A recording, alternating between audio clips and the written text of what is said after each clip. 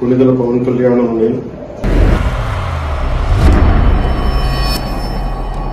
37 పిఠాపురం శాసనసభ నియోజకవర్గం సీటుకై నామినేట్ చేయబడి ఉన్నాం. భగవంతుని మీద ప్రమాణం చేసి నిష్ఠాపూర్వకంగా ప్రమాణం చేస్తున్నాం. నిర్దేశించిన విధంగా భారత రాజ్యాంగం పట్ల పూర్తి విశ్వాసాన్ని కలిగి ఉంటానని, దాని సమైక్యత సార్వభౌమత్వాన్ని కాపాడుతానని ప్రమాణం చేస్తున్నాను.